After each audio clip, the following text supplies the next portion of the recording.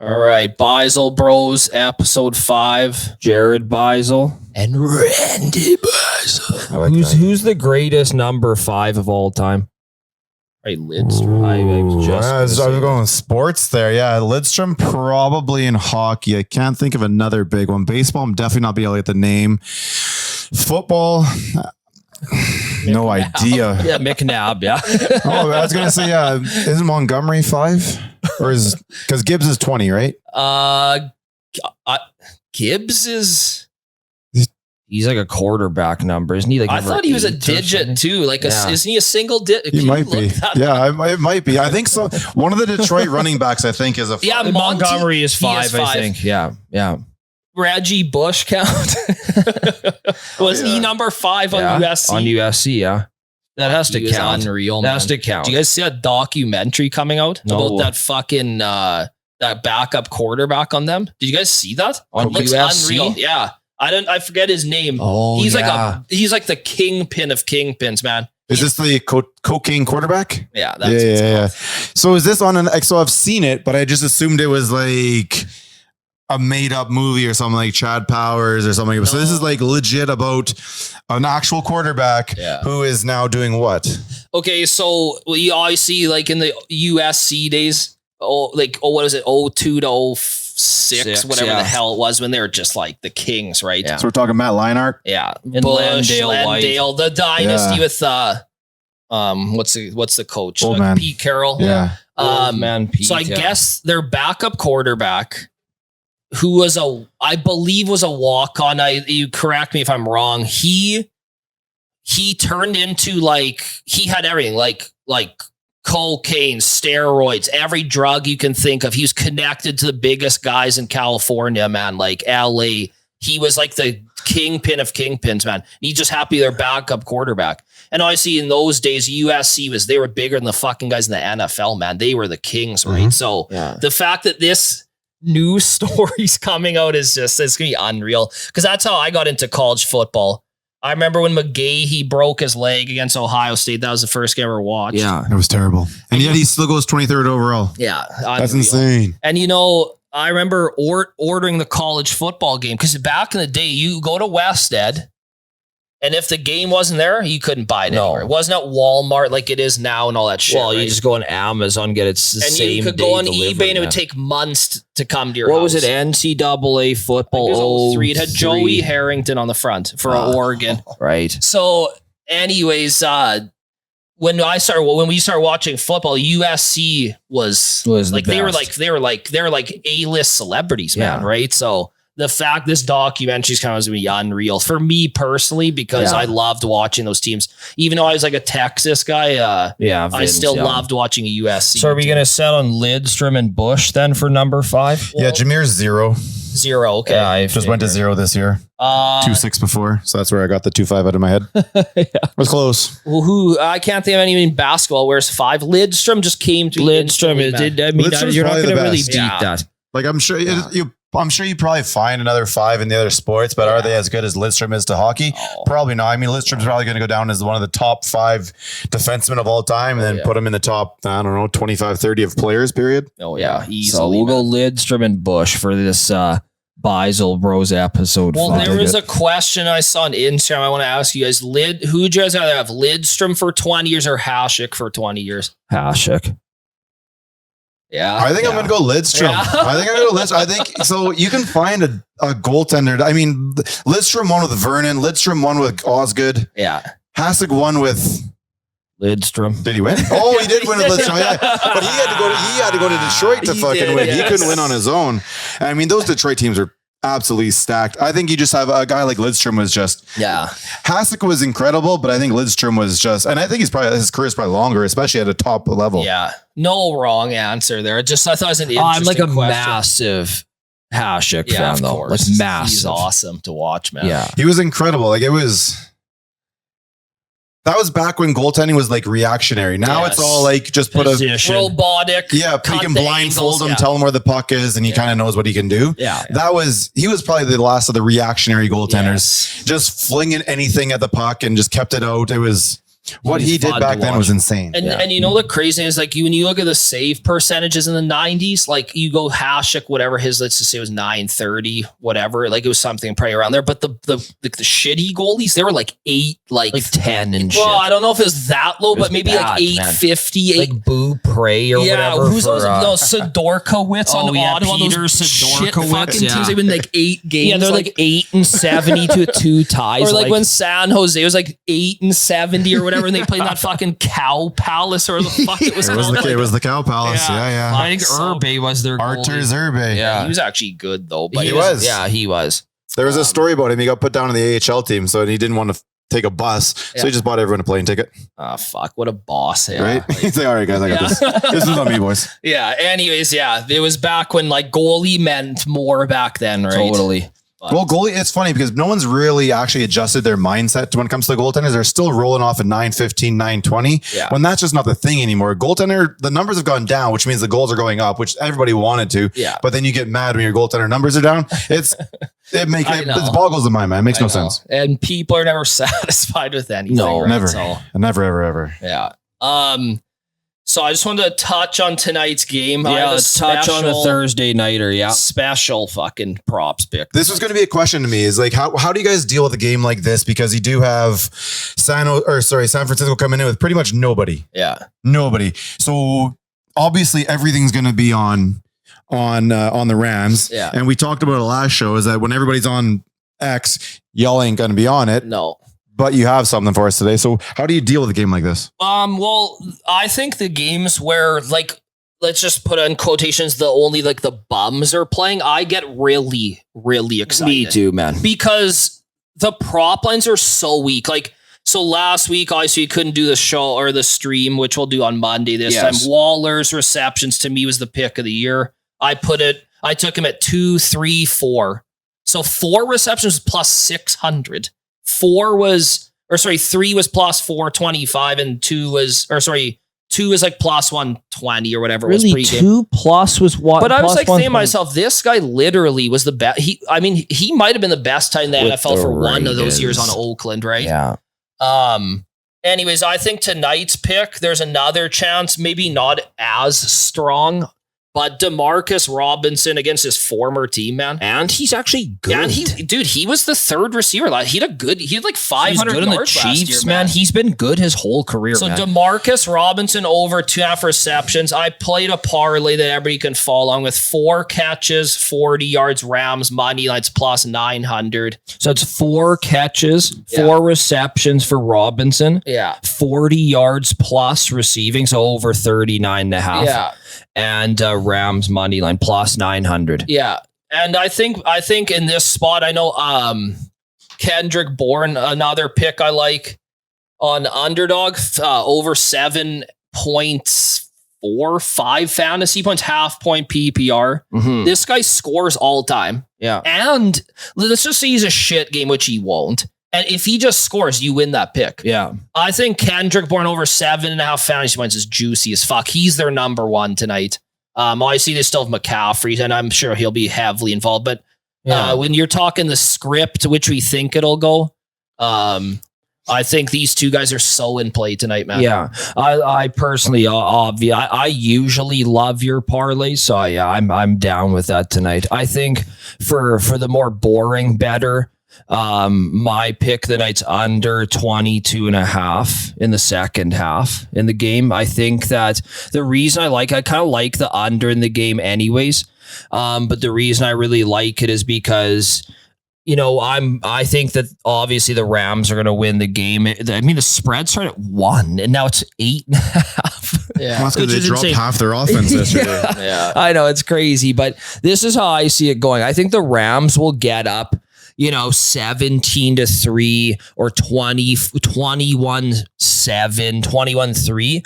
And then it's going to be Mac Jones trying to lead drives down the field that they just will not convert on. They're not going to kick field goals when they get down there. They're going to stall. and then the Rams are going to pound Kyron and Corum, and I think under 22.5. In the second half, I know it's a really weird pick, but I don't mind that at all, man. I'm just thinking that, like, I don't know about under in the game, but I like the Rams to be up and control the ball a little bit, and San Francisco to go on long drives. They don't have really guys that are going to like stretch the field. They don't even have Kittle tonight, right? Yeah, nobody. And, you know, old man McCaffrey, obviously he's still a stud, but it's not like I just don't think he's going to break one off. So I think that they'll go on drives. They won't convert. The Rams get the ball back to 10 and they just dink and dunk down the field. And so I'm going to go under 22.5. So it's like essentially 4 touchdowns or 3 touchdowns and a field goal. It's a lot. Yeah, especially if a game is out of hand like you think. Yeah, I totally. also to put a little flyer on Jared Verse to get a sack and Mac Jones to throw the ball more than 40 times. It's plus 1,000. So, like, I mean, Wow. If you think the Rams will be a big, I mean, it's obvious throwing situations, Jared versus superstar, and Mac Jones has thrown the ball 40 times twice this year already. Okay. So if they're down, that's great value. Mac Jones is, I actually respect him. I think he's a really good backup. So totally. He definitely makes things happen, right? So well, it's just like with the Parsons pick was to get that pick correct was trash. Honestly, it's the crazy thing is it's still won. I know. If you took you're not even alive anymore. I know. It's so crazy. That game is just nuts. That sack was hilarious. I know, man. So if that was not Parsons, if that was somebody else, do you think that's a tackle? I feel like it was so close to the line that was like Parsons. Here's your sack. You got close enough for you there. If it's someone else, that's just like it's a run. Totally. I think, but you know what though? No gain is always a sack. Even when the QB steps on the line, sometimes they go out of bounds. They don't even throw it away. They go out of bounds and step out of bounds. They give sacks, man. Yeah, no gain is a sack. Yeah. And his knee went down like on the line. So it's like, it was right there. How crazy is it was that goal? Remember we were talking about Golden to get 50 yards. He gets 47 on the first play of the game. And then he got it in overtime. I was like, then they fucking threw it backwards to him. I was like, I know. This game, man, was just a roller coaster, man. Like, it was crazy. Unreal game, though. When they blocked that PAT, I instantly hopped on +10 now for Dallas, though. I can't lie to everybody, man. Like, I was like, but that's the thing about being live is we ended up trading like 10 different picks. God, Rick, I had 15 picks going on. I mean, we had Dallas. we put what did we put a G on Dallas? Parsons getting that sack lost us $1,400. Yeah, because I took no sack and then I took all Dallas like team totals and dude, when Dallas was down like by 7, I think it was with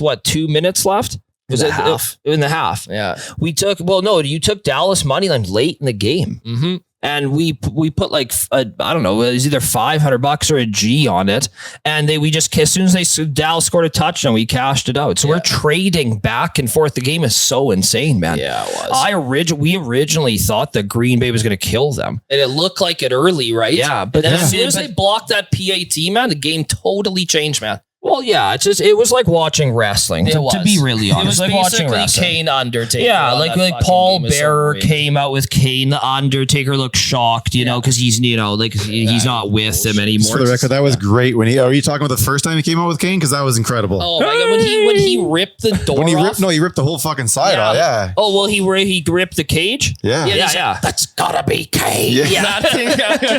I was like, and when I'm not kidding you guys. When I was 7, I never slept again after I saw that guy. Me neither. I asked my dad because that guy beat the shit. And my dad was like a scary like bouncer, hockey player, fighter, played at Nate's, and he's like, that guy whooped my ass. It's like I never slept again, man. It's like that guy's actually dead and burnt. I couldn't take it, man. Like, anyways, it was like watching Kane Undertaker at Unforgiven. You know what, Rick? When I looked at the betting percentage right before the game, 70% of the money was on Dallas, but the bet percentages were all on Green Bay. So that just tells me the sharps are on Dallas. Explain that a little bit more. Okay. I've been looking at, it's John Ewing for the record, not Patrick, but I found John Ewing. That's the guy, right? Yeah. And then I think what was the other one you said? It was called Action something or other. Yeah, so I use Action to see like line movement.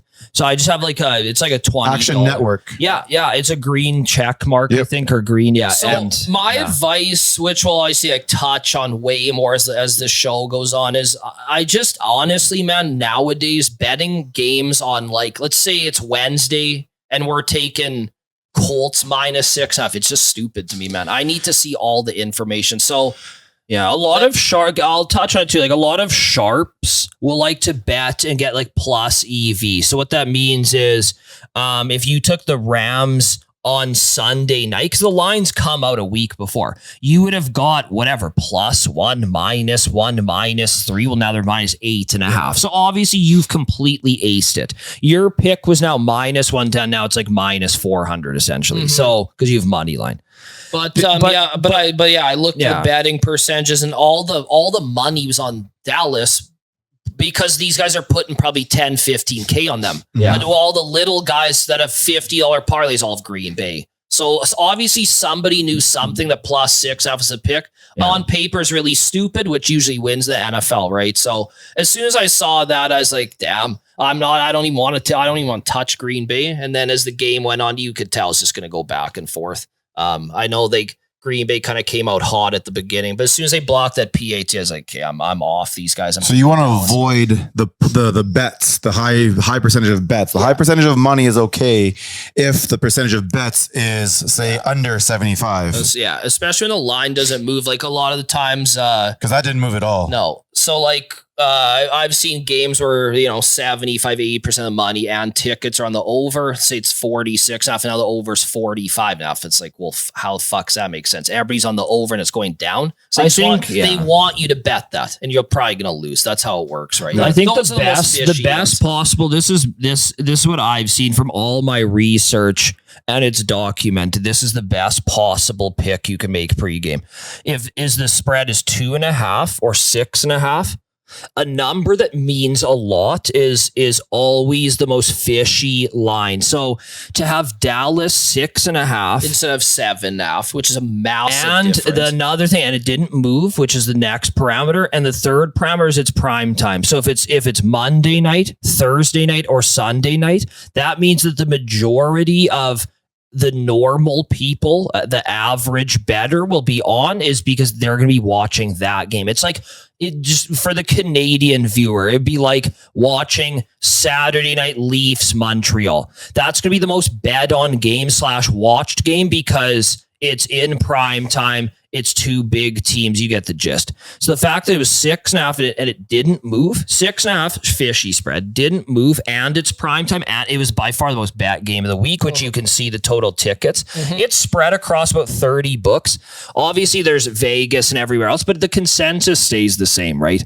So that was the most. If you had Dallas, it means that you were sharp and on the right side. Doesn't mean you're going to win. No, but you're going to win. You are in a very good position to double your money. Yeah. So, yeah. All right. So we're looking at tonight then, right? Obviously, we've come up with DeMarcus. We've come up with the under 22.5 in the second half. What else are we feeling? Are we feeling a side here? Or well, is this one of those props for the team, the shitty team, because they got the low numbers and they still got to throw the ball and still have to put up a little bit of offense? It should be easy for them to hit their numbers. Yeah, I think there might be something live in the game. Definitely live. And we could talk Survivor Pool too, right? Which is interesting. Yeah, so we're on to week 5. We have the Rams tonight. Are you taking the Rams? Who are you on this? Are you still in it? Probably the Rams. Rams. I had think Denver last week, so it was easy. I think Rams. You did. Good pick. Yeah. Fucking easy win. Denver -7. The Rams, honestly, I think they're a top 5 team in the NFL, to be honest. Really? And I think at home in a division, I think they're going to whoop their ass. I'm not even looking at the spread or anything. I just think this game's already wonky, man. With all these injuries, shit just changes, right? So it's not like this is a normal game where people are betting the same spread. I think Live is going to be really crucial tonight because if you're getting, like Robinson at whatever his pregame tells 2.5 receptions. plus odds too, man. They might be down 10, 14, 17 points in the second half, and it still might be 2.5. He might have won even, right? Yeah. So that's a great situation to bet live, but you also have the division winners too, right? Like you have Rams to win the division. Yeah, what's that parlay? I want to talk about this parlay for everybody because I seriously, I can't even picture this losing. I look the Rams schedule. We all think Rams are going to whoop their ass, right? Obviously everybody's 3-1 in that division. So it's not a shitty division. Seattle looks decent, right? Yeah. But the Rams schedule I think they're the best team for sure, but their schedule I don't think they're going to lose a game for the next 6 weeks. They play at Baltimore, easy win because Lamar's not going to play, and Baltimore's fucking terrible anyways. Yeah, totally. Roquan Smith's done now. Their entire O-line, they don't have anybody left. Which is the next pick I'll talk about. But they play at home against New Orleans. I think their toughest game coming up is at Arizona. They don't have their schedule is super, super easy, man, coming up. So I have Rams to win the division. I also have Steelers to win the division. And the reason is they're 3-1 bye week. They'll be healthy coming back. Cincy's 2-2. I don't know what the hell they're going to do. Are they even going to win a game the rest of the season? And then you have Baltimore.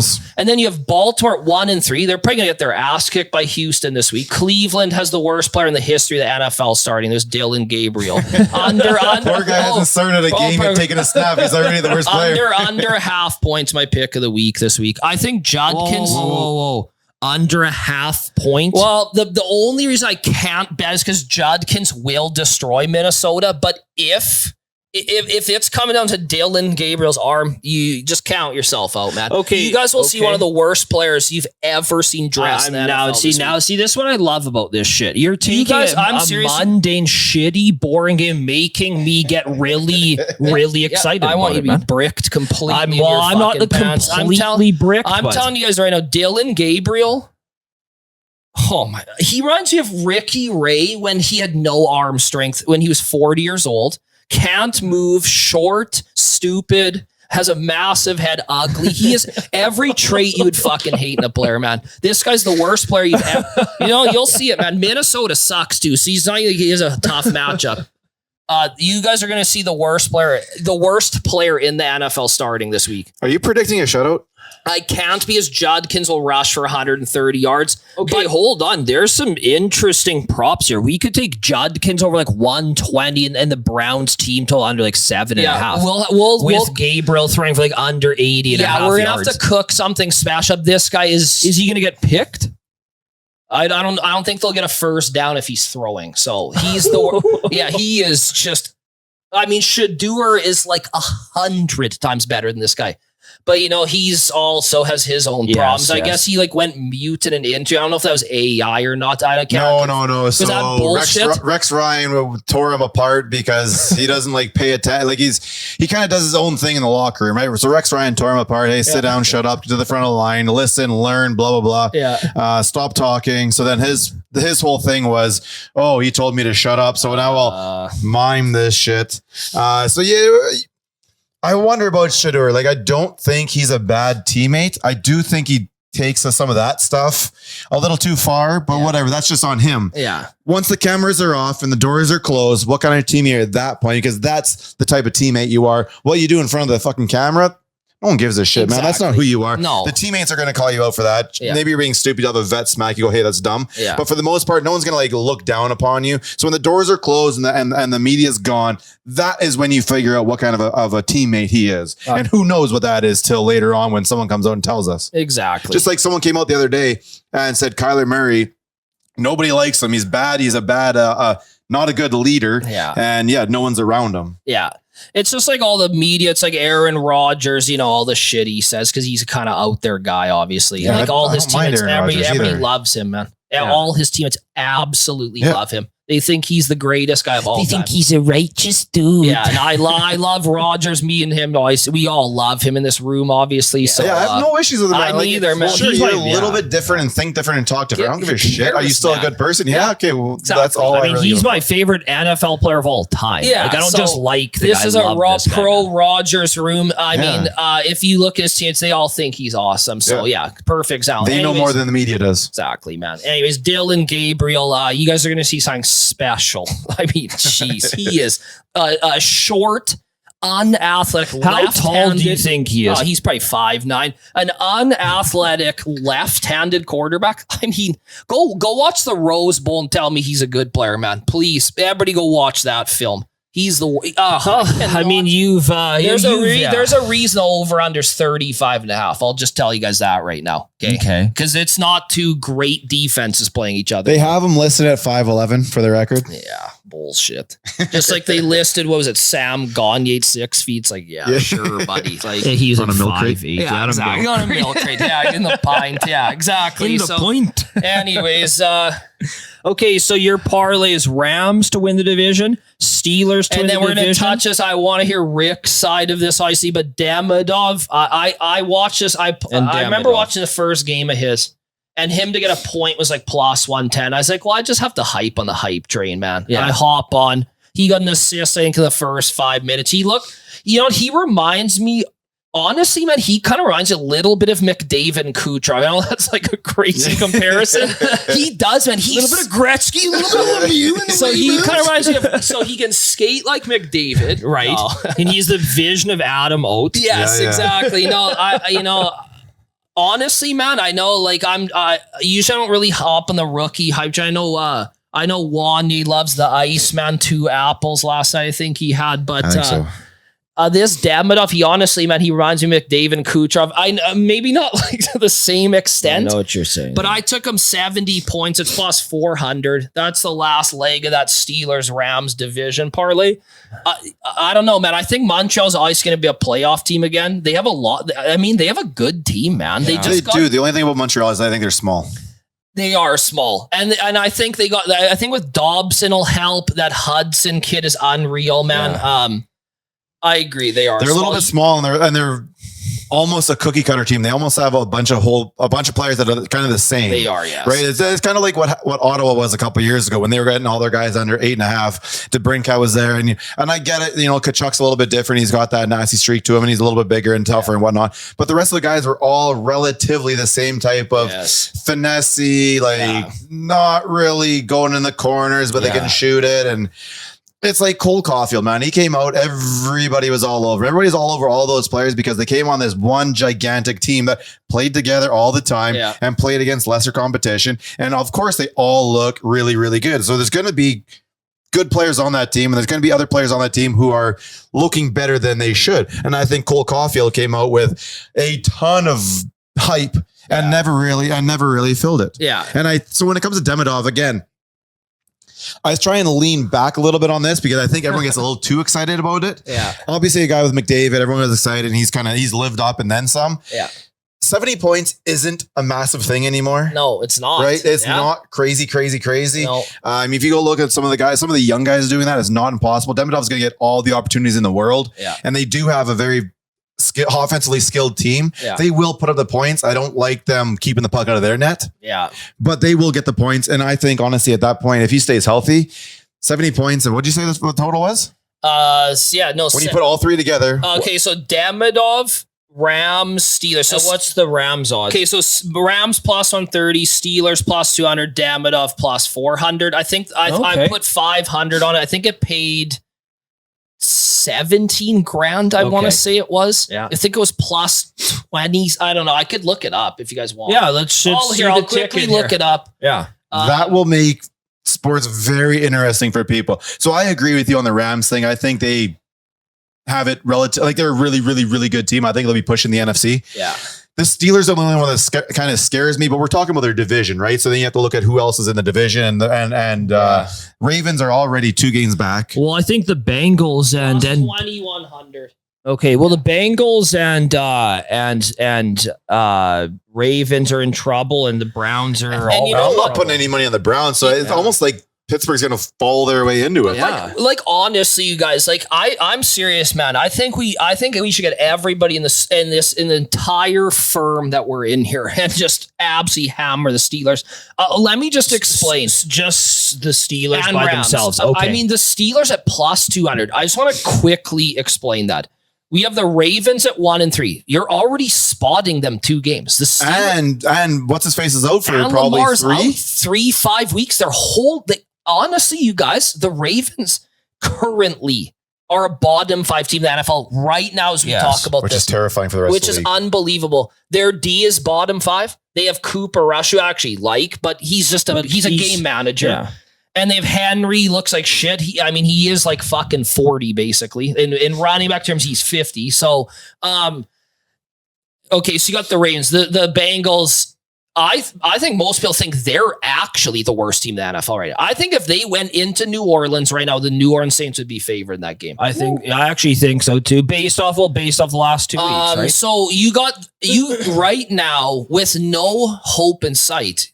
You have the 2 worst teams, and then you have you have the worst player in the NFL. So what you're saying is the Ravens are pretty much out because they're spotting they're 2 out. games. Lamar's hurt. Yeah.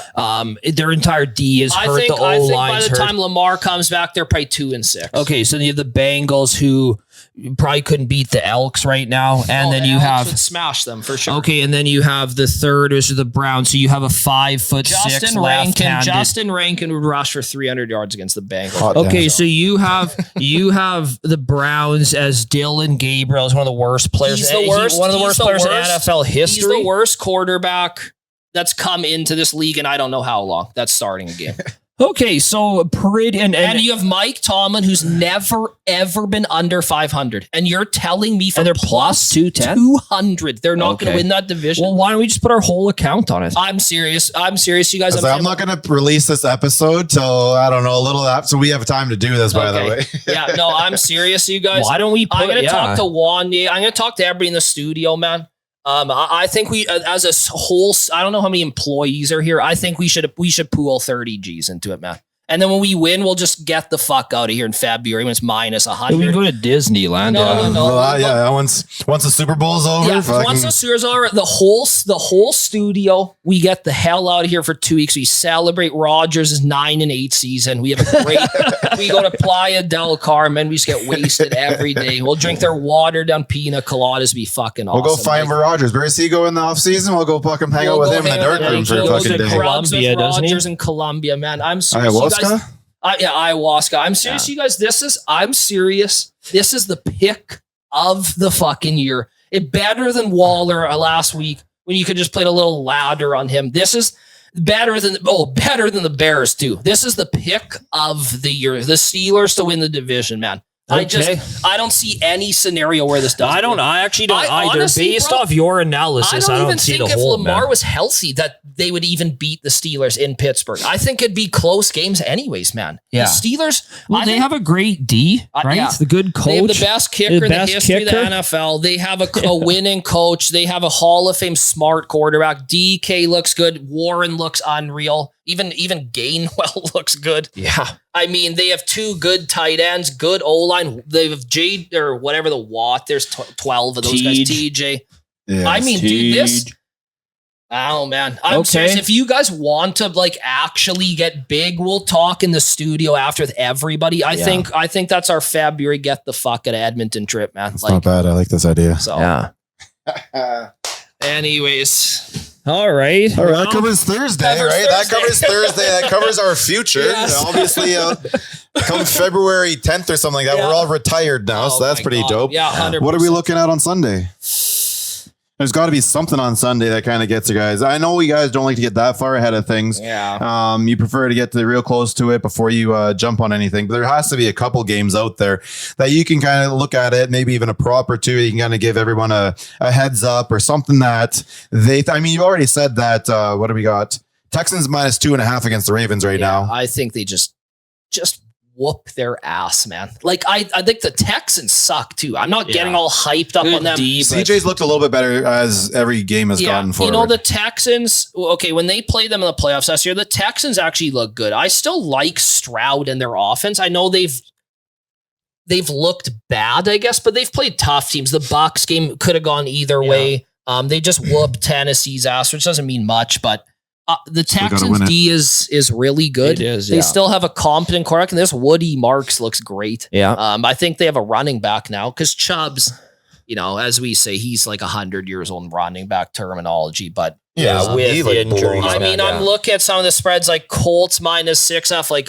I don't understand that one, obviously, which makes me afraid of that one a bit. You're gonna have to really do your due diligence. I had a parlay just Rams money line, like when it was bettables -280 with Colts money line, which was also -290. It was even odds. I like that. I can't really touch too much on that.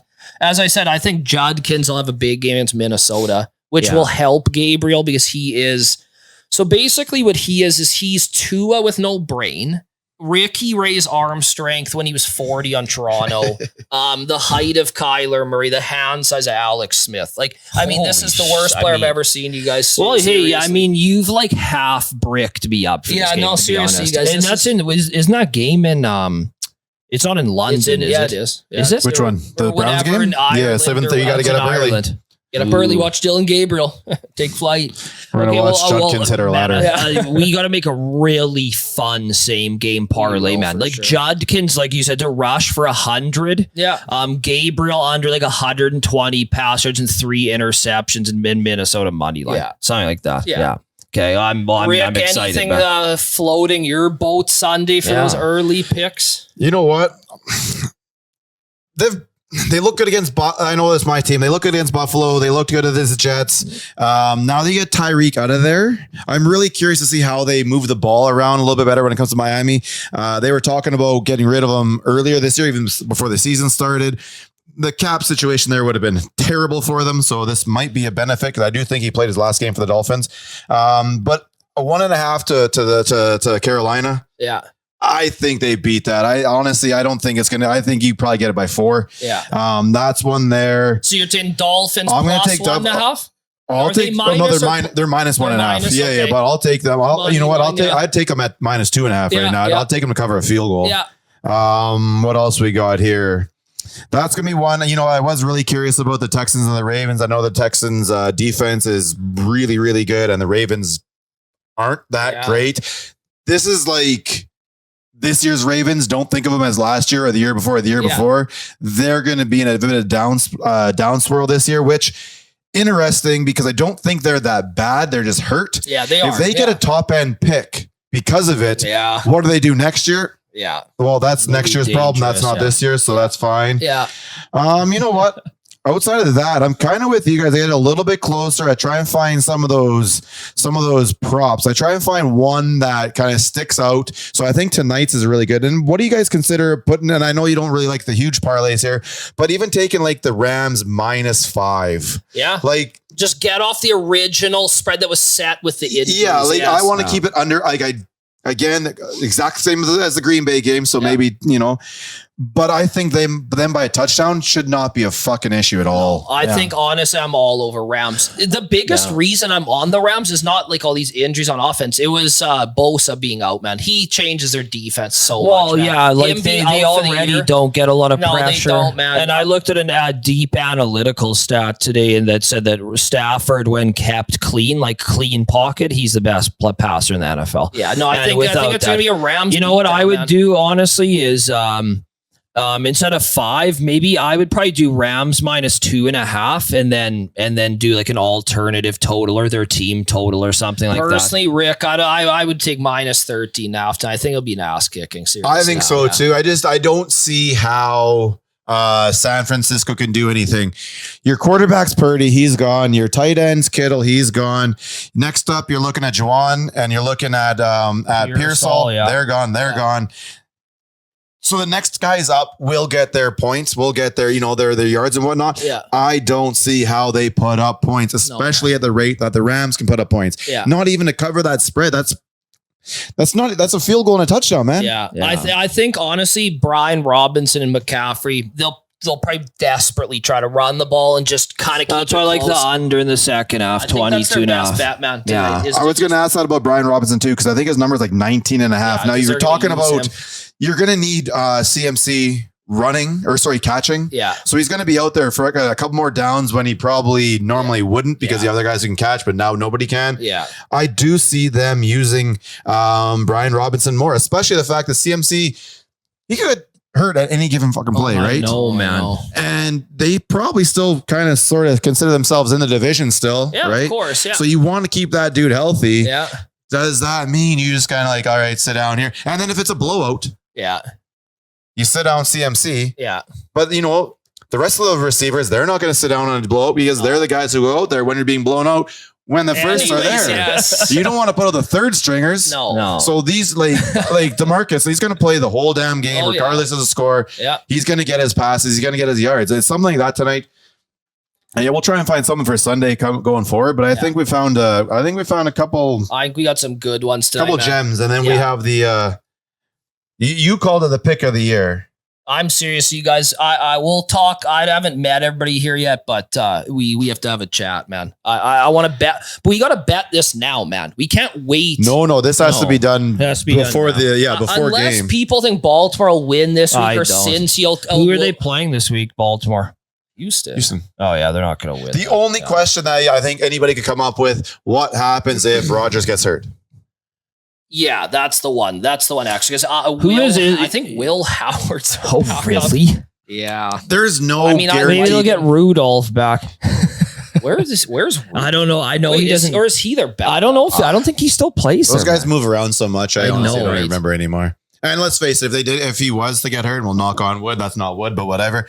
Thank you. I don't even think that's wood either, but that's fine. If he was to get hurt, they will go out and find a different quarterback, right? Like, I'm pretty sure they're not going with whoever they have. Cousins or Winston. I don't know. You can go. Exactly. That's like, I don't see how Cincinnati, or Russ comes back. Dude. Why not? Right? Yeah, I mean, he can still win the game. He's pretty bad, but he's not terrible. You just don't want him to. You don't want him to win the game, but I think he can get by without losing you the game. Yes, that's why he's not very good in New York right now, because New York needs a quarterback who can win in the game. Yeah, and not losing the game isn't going to be enough for their team. I just think Pittsburgh is due to win. Pittsburgh. What do you think of if Pittsburgh wins this week and Baltimore hypothetically loses? Okay, so if Baltimore and Dylan Gabriel lay an egg and the Bengals lay an egg, what happens? Well, then? think of it this way: if the Bengals go to 2-3, Burrow's not coming back for another 3 months. Yeah. I don't think Burrow comes back. He's not coming back this year. Exactly. He's not. You're not going to. Like, example. why would you bring him back in week 15 when the playoffs are over? You don't have a home. Is he even Sit going to down, come save back? your toe. Basically, we'll see you next what year. you're saying is you're isolating Baltimore to finish lower than Pittsburgh. Okay, that's so really what the pick let's is. just all logically then. Gabriel, he'll just lose him. Okay, so they're going to lose this week. So are they going to be 1-4? Well, let's not even talk about Cleveland. I would never fucking. Okay, so let's I'm not talk worried about Cleveland. Baltimore. They're 1-3. Okay. Let's say Lamar comes back in 3 weeks and let's say he comes back in 4 weeks and they're 2-2. So let's say they're 3-5. Okay. Yeah. That's pretty fair best case, I think. That's best case. Cincy will probably lose every game for the rest of the year. Everybody agree they have the worst O-line fault. Chase is angry. Higgins is a useless piece of shit. Now Chase Brown looks like shit. Both those teams should honestly just pack in the season and go for those high drop picks. And you're telling me with Rodgers and that complete football team in Pittsburgh, they're not going to be 9-8 like they are every year. You think Baltimore and Cincy are 9 games? I don't think Baltimore can get to 9-8 anymore. Not. So, and we're going to Cincy and Cleveland are non-factor. Let's just isolate the head-to-head, and that's going to cash right around January when we're all just pent the fuck up in this fucking place, and we're going to want to be in Mexico with our hard-earned fucking quid. I dig it. I think I think we're putting together something here, boys. We are, man. Like, I think we've got some way to put in some money for tonight. Yeah. And honestly, I think we should get on that parlay before the game, because the Rams number will drop once they fucking smash the Niners tonight. So if you can, get on this bet as early as possible before kickoff tonight, because that number will change this evening if it hasn't already. Yeah, and I don't see it doing yet. No, it'll be after the game. And add Demidov if you're a crackhead, pretty much. I mean, this thing about me, man. I'm obviously a big Oilers fan. Obviously, my whole life there. I don't like any other team, but my second favorite team is Montreal. Weirdly, because I hate I despise all the Canadian teams, but I love Montreal. So I take it. Toronto obviously is my least favorite team, then probably Calgary and then Vancouver, so on and so forth. But I'm a big Montreal. And this Demidov, man, he's I know it might sound stupid. Yeah. He literally looks like Kucherov McDavid to me, man. Like seriously, that renders 70 points. It does. Does that not render 70 points? You could take their total and cut it in half. They might still get it. That power play with Line is gonna be unreal. Trust me, man. So okay, so it's Demidov 70 or more points. Yeah. Rams to win the division. Steelers win the division plus 20. If you want, you can dumb down the Demidov numbers too, right? You can go down to 50. Why not? Yeah, I think 60 is plus 120. Don't quote me because I actually don't know. Okay.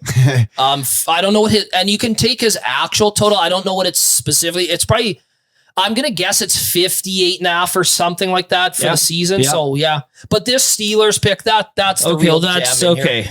Well, we're going to hold you to, and we're going to hold you 5'6" Dylan Gabriel's debut tonight. So fuck, he's bad. Yeah, we need someone to get on that with a TV today. We'll find some of the background, find that height, and we'll get on that. Yeah. Measure him up with Yamamoto, man. Yeah, I dig it. Okay. All right. Well, I think we covered this week, boys. I think we're going to take another swing at doing the Monday night stream. We'll see how that works. I think we can probably pull it off. Maybe not in here because there's a TV back there, and I don't think the NFL will be very happy if we're showing the game while we're doing this. So, but no, we have a couple days to try and figure it out, and I think we will. So I think this is probably good for today. Yeah. Good for this week. Oh, yeah. Look for us Monday. Yeah. Yeah, I think we have some winners out there for everybody. Yeah. So I think if you guys have anything else, what's your final thought, like Jerry Springer? I don't know. What's yours? Kane. That's gotta be Kane. Was that Vince on the mic then? Of course. He actually wasn't bad I don't think he was a bad commentator. Okay, so your final thoughts, Vince was good on the commentary. My final, well, now we're touching the best. This is the best two commenters of all time. Duo. JR and the King is number one. Bob Cole and who's his partner? Those guys were was it Neil? Neil. Yeah, Gary Neil. That's the dude. That's do you remember were you guys watching when the King had his heart attack in Montreal? Yeah. That was crazy, eh? Man, yeah. I had actually seen somebody have a heart attack before, so I had known that you'd make that snoring noise. So I remember watching the show, and then you kind of, it goes dead and not really much going on. And I think I was watching the 9 o'clock, so I'd already seen that something happened, and then you can hear him do that snoring thing in the fucking mic, and I was like, "Oh shit, that's a heart attack." Yeah. That was crazy. Shout out to the King and JR. They are the greatest commentary duo. That obviously, as time goes on, no one will be better than them, right? No. So, McAfee does a great job. Yeah, he does, man. You know who else we love? Michael Cole. They're going to be in trouble though, because Cole's only got a short amount of time left, right? Taz and Cole were just an honorable mention. No one ever talks about. They were okay. Good, so man. Randy's final thought: Taz and Cole honorable mention, but JR and King number one commentary duo of all time, best, man. And Vince was underrated on the mic. Yeah, he was very good. Yeah. All right. Until next time. We'll see you guys all Monday. Yeah.